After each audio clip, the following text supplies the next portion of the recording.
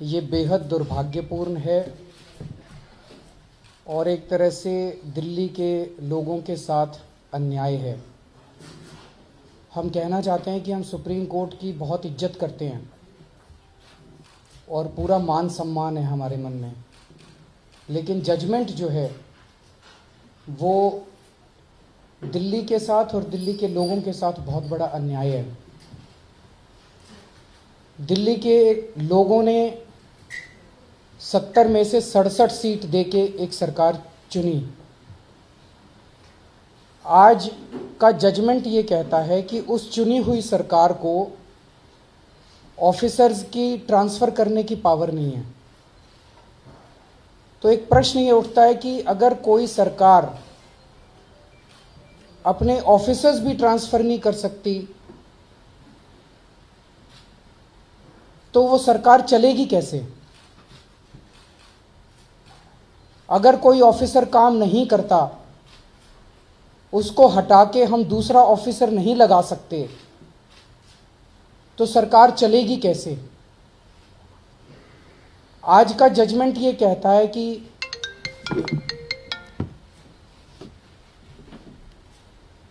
जिस पार्टी की सरकार है, जिसको 70 में से 67 सीट मिली, उसके पास अपने ऑफिसर्स को ट्रांसफ़र करने की पावर नहीं है। लेकिन जिस पार्टी को 70 में से 3 सीट मिली, वो पार्टी अब सारी ट्रांसफ़र पोस्टिंग करेगी। दिल्ली के सारे ऑफिसर्स की ट्रांसफ़र पोस्टिंग करने का अधिकार विपक्षी पार्टी को है, जिसको केवल 3 सीट मिली। ये कैसा जनतंत्र है?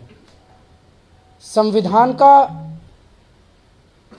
एक बेसिक स्ट्रक्चर, सुप्रीम कोर्ट का खुद का जजमेंट है कि basic structure of the constitution को टेम्पर नहीं किया जा सकता। तो बेसिक स्ट्रक्चर, तो सबसे बड़ा बेसिक स्ट्रक्चर तो डेमोक्रेसी है ना, जनतंत्र है ना। जो सरकार चुन के आती है, जिसको जनता ने इतने भारी बहुमत से जिताया, अगर उस सरकार को काम करने की शक्तियां ही नहीं है तो फिर वो सरकार कैसे काम करेगी? कैसा जनतंत्र है ये? कैसा ऑर्डर है? और अगर वो सारी ताकतें, शक्तियां विपक्षी पार्टी को दे दी जाएं, तो विपक्षी पार्टी तो ऐसे ऑफिसर्स को अपॉइंट करेगी जो सरकार चलने ही ना दे। अभी 4 साल से हम ये भुगत रहे हैं।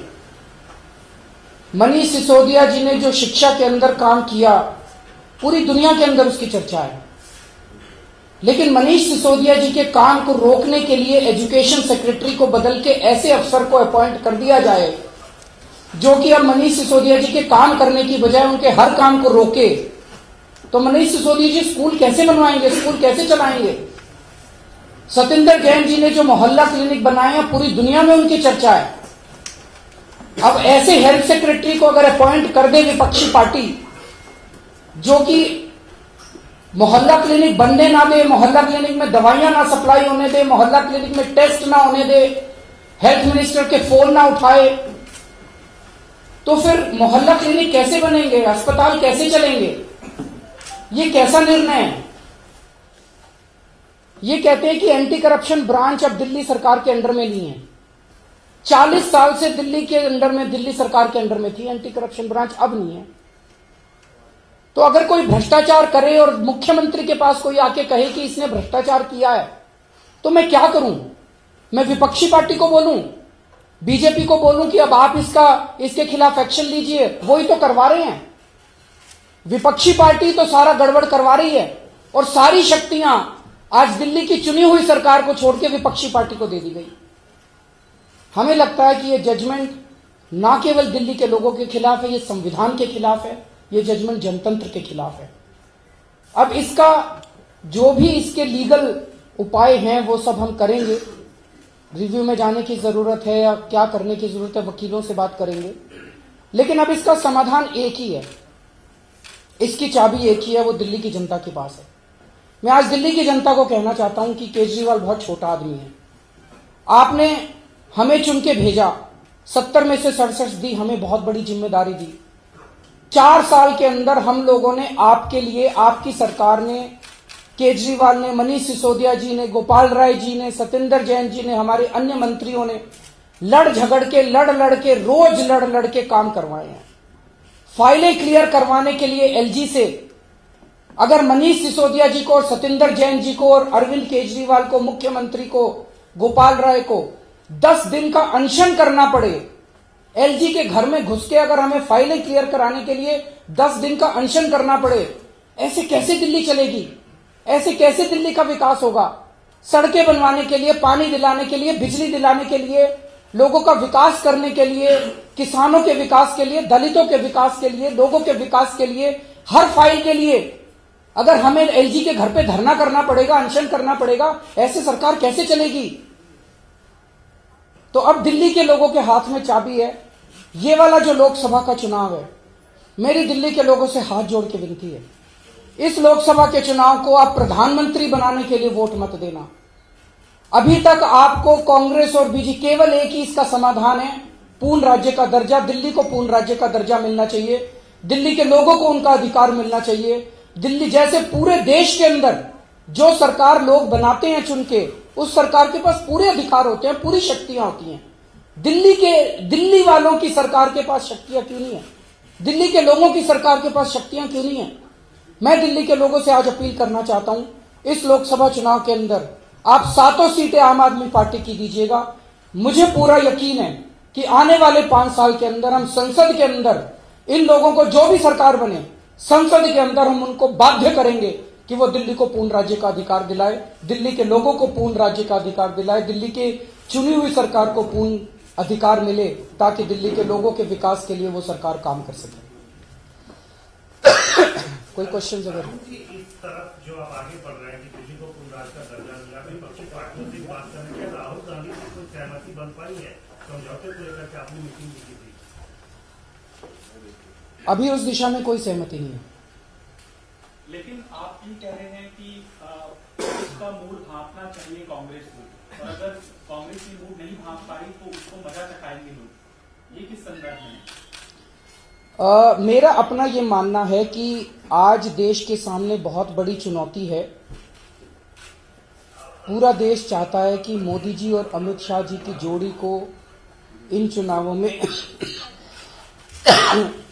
2019 के चुनावों में हराया जाए, और उसके लिए बहुत जरूरी है कि जहां जहां बीजेपी के कैंडिडेट्स हैं उसके खिलाफ एक ही कैंडिडेट खड़ा हो, ताकि एंटी बीजेपी वोट बट ना सके। ये बात सभी पार्टियों को समझनी पड़ेगी। तो अगर दिल्ली के अंदर बीजेपी के खिलाफ 2 कैंडिडेट खड़े होते हैं, इससे भाजपा को फायदा होता है।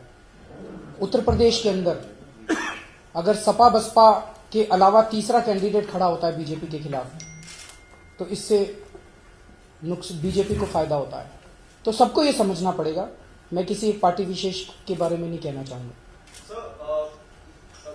Yesterday you held a opposition's rally, and today after the SC judgment, Sheila Dikshit has welcomed the Supreme Court judgment, which you are criticizing right now.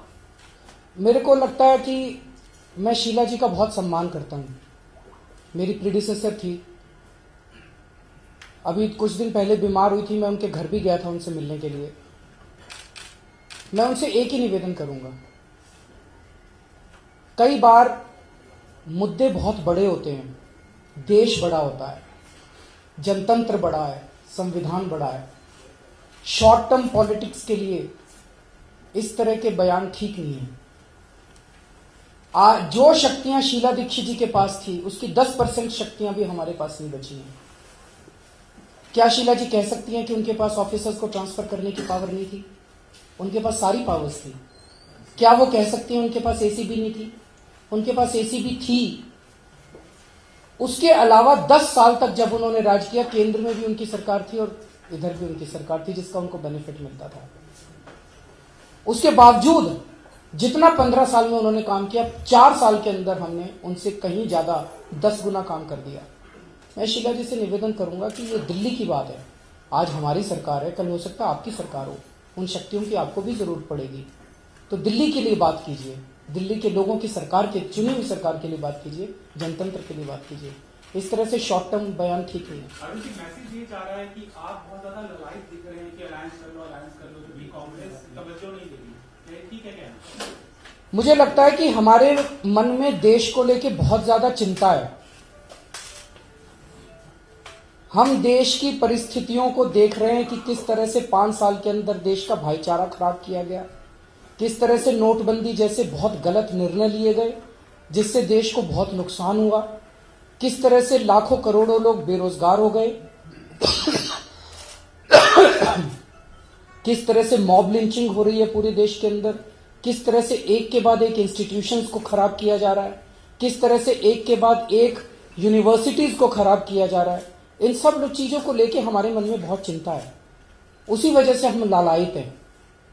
Arvind, गठबंधन की बात पूरी तरह खत्म हो गई है, अभी भी गुंजाइश है? उन्होंने लगभग मना कर दिया। So today's Supreme Court judgment has also some aspects, very few, which are in favor of the government, like the Can the elected government work without powers to transfer and without an anti-corruption branch? क्या कोई भी सरकार छोड़ो, कोई भी institution, आप जैसे जो टीवी चैनल में काम करती हैं, अगर आपके चेयरमैन के पास आप लोगों को एक जगह से दूसरी जगह ट्रांसफर करने की पावर ना हो, चैनल चल सकता है? कोई कंपनी चल सकती है? कोई संस्था चल सकती है? सरकार कैसे चल सकती है? कहते हैं कि काम तो मनीष सिसोदिया स्कूल तो वो बनवाएगा, अफसर जो है विपक्षी पार्टी अपॉइंट करेगी, तो विपक्षी पार्टी तो चुन चुन के ऐसे अफसर को अपॉइंट करेगी ना जो बिल्कुल निकम्मा हो, भ्रष्ट हो, गड़बड़ हो, जो उनका काम ना करे, और फिर अपॉइंट करने के बाद भी उसको डराएगी कि अगर तूने मनीष सिसोदिया की बात मानी तो देख लियो, तेरे को फिर अंडमान भेज देंगे। How can a government function like this? I fail to understand. So my question was regarding the electricity and the land वाले These are very minor things. Could you just elaborate what? मुझे नहीं पता, अभी judgement मेरे को पढ़ना पड़ेगा, पर मोटे मोटे तौर पे किसी भी आज के मतलब मुख्यमंत्री की चपरासी को ट्रांसफर करने की भी पावर नहीं है। ये क्या जजमेंट है कि एक चपरासी को भी दिल्ली का मुख्यमंत्री ट्रांसफर नहीं कर सकता? दिल्ली के लोगों ने 67 सीट दी थी, इतना भारी बहुमत दिया था, दिल्ली के लोगों ने विश्वास जताया था। ये कैसा जजमेंट है? बहुत गलत जजमेंट है ये।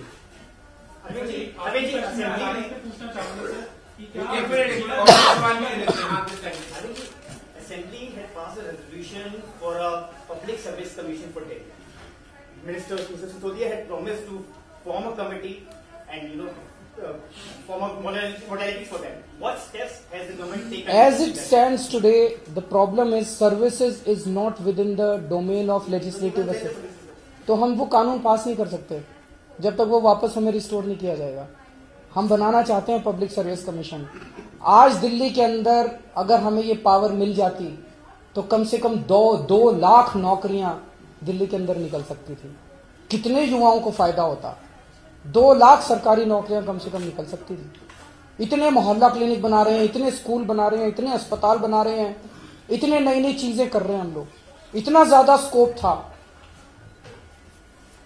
सर, क्या इस झटके के बाद सुप्रीम कोर्ट से जो मिला है ये फैसला, अब लड़ाई सड़क पर होगी और सुप्रीम कोर्ट के फैसले के आधार पर? मुझे लगता है कि अब दिल्ली के लोगों के हाथ में चाबी है। दिल्ली के लोग चाहें तो इसी चुनाव के बाद अगर 7 सीट आम आदमी पार्टी की आती है, मुझे पूरा यकीन है जैसे हमने लड़ के बिना किसी शक्ति के 4 साल के अंदर इतनी शानदार सरकार चला ली, अगर हमें 7 सीट मिल गई तो इनसे लड़ के संसद के अंदर हम पूर्ण राज्य का दर्जा भी ले लेंगे दिल्ली के लोगों के लिए। बहुत बहुत शुक्रिया।